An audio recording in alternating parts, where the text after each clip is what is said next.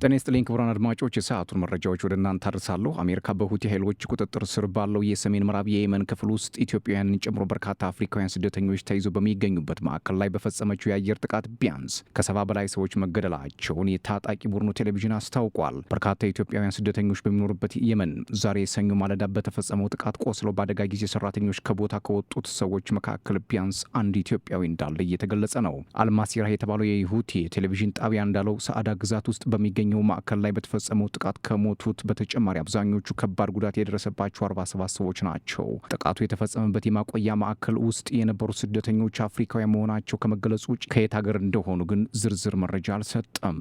ነገር ግን ብዙ ጊዜ በቀይ ባህር በኩል በህገወጥ አደገኛ የጀልባ ጉዞ ወደ የመን የሚጓዙ አብዛኞቹ ኢትዮጵያን ጨምሮ ከሌሎች አፍሪካ ቀንድ ሀገራት የሚነሱ ስደተኞች ናቸው። ዜናውን በምስል አስደግፎ ያሰራጨው የቴሌቪዥን ጣቢያ በአንድ የወደመ ህንፃ ፍርስራሽ ስር የተቀበሩ የበርካታ ሰዎች አስክሬኖችን የሚያሳዩ አሰቃቂ ምስሎችን አቅርበዋል። ሳዕዳ ውስጥ የሚገኘው የስደተኞች ማቆያ ማዕከል ዛሬ ሰኞ ማለዳ 11 ሰዓት አካባቢ 4 ጊዜ በከባድ የጦር መሳሪያ በተመታበት ወቅት በውስጡ 115 አፍሪካውያን ስደተኞች እንደነበሩ የአልማሲራ ዘገባ አመልክተዋል። በጥቃቱ ጉዳት የደረሰባቸው ሰዎች ቁጥር ወዲያውኑ ያልታወቀ ሲሆን የቴሌቪዥን ጣቢያው የአደጋ ጊዜ ሰራተኞች የበርካታ ሰዎችን አስክሬን ከግንብ ፍርስራሾች ውስጥ ሲያወጡና የብረት ስብርባሪዎች ወለሉን የሸፈኑበት በከፊል የፈረሰ ግድግዳና ጣሪያ ያለው ቤትን አሳይቷል። በጥቃቱ ከሞቱት በተጨማሪ በርካታ ስደተኞች ክፉኛ መቁሰላቸው ከየመን እየወጡ ያሉ ዘገባዎች እያመላከቱ ሲሆን ሮይተርስ የዜና ወኪል ደግሞ አንድ በጥቃቱ ቆስሎ የተረፈ ኢትዮጵያዊ እናቴ እያለ በአማርኛ ሲጣራ መስማቱን ዘግቧል። ቢቢሲ በስደተኞቹ ማዕከል ምን ያህል ኢትዮጵያውያን እንደነበሩና ጉዳት የደረሰባቸው ስንት እንደሆኑ ለማወቅ ጥረት እያደረገ ነው።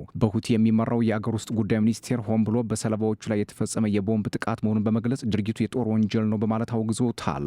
የመንግስታቱ ድርጅት የስደተኞች መረጃ በሳዕዳ ስደተኞች ላይ የህይወት መጥፋት መከሰቱን በሚያመላክቱት ሪፖርቶች ማዘኑን ገልጿል። ምንም እንኳን አይኦኤም በስደተኞቹ ማዕከል ውስጥ የማይሰራ ቢሆንም ክስተቱን በቅርበት እየተከታተለ ሲሆን በሚያስፈልገው ሁሉ ድጋፍ ለመስጠት ቁርጠኛ ነኝ ብሏል። በተጨማሪም በግጭቱ ውስጥ ተሳታፊ የሆኑ ሁሉም ወገኖች የሲቪሎችን ደህንነት መጠበቅን ቅድሚያ እንዲሰጡም አሳስበዋል።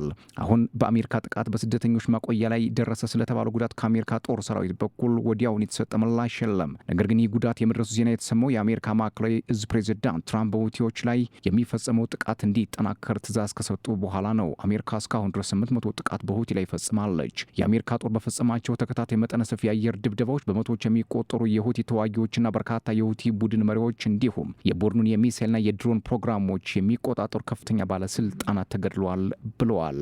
የሁቲ አስተዳደር ባለስልጣናት በበኩላቸው በአሜሪካ የተፈጸሙ ጥቃቶች በርካታ ሰላማዊ ሰዎችን መግደላቸውን ያሳወቁ ሲሆን በቡድኑ አባላት ላይ የደረሰ ጉዳት ግን ጥቂት መሆኑን ገልጸዋል። ባለፈው መጋቢት ወር መጨረሻ ላይ በሁቲ የሚመራው የጤና ሚኒስቴር የአሜሪካ አየር ኃይል በቀይ ባህር ዳርቻ ላይ በሚገኘው ራስ ኢሳ በተባለው የነዳጅ ማምረቻ ላይ በፈጸመው ተከታታይ ጥቃት ቢያንስ 74 ሰዎች ሲገደሉ 171 ሰዎች መቁሰላቸውን መናገሩ ይታወሳል። የአሜሪካ ማዕከላዊ ህዝብ በበኩሉ በጥቃቱ የራስ ኢሳ ነዳጅ ማምረቻን ማውደሙንና ይህም ሁቲዎች ዘመቻዎችን የማካሄድ አቅማቸውን የሚያዳክም በመሆኑ በተጨማሪ ለሽብር ተግባራቸው ከምርቱ የሚያገኙት በሚሊዮኖች የሚቆጠር ዶላር ያሳጣል ብለዋል። የአሜሪካ ጦር ሰራዊት በየመን የሁቲ ቡድን ኢላማዎች ላይ ከመጋቢት ወር ጀምሮ ከፍተኛ ድብደባ እያደረገ መሆኑም ይታወቃል።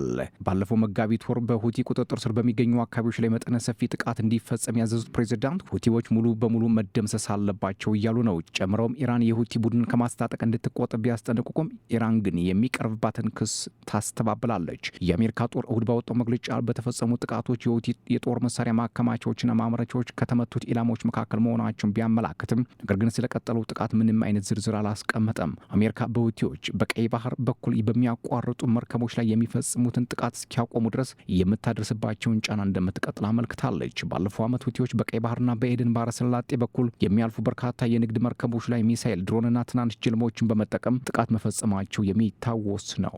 ክቡራትና ክቡራን ለሰዓቱ የነበረ መረጃ ይሄን ይመስል ነበር። ሰብስክራይብ፣ ላይክ፣ ሼር፣ ኮሜንት እያደረጋችሁ ቤተሰብ ሁኑ። ሰላም።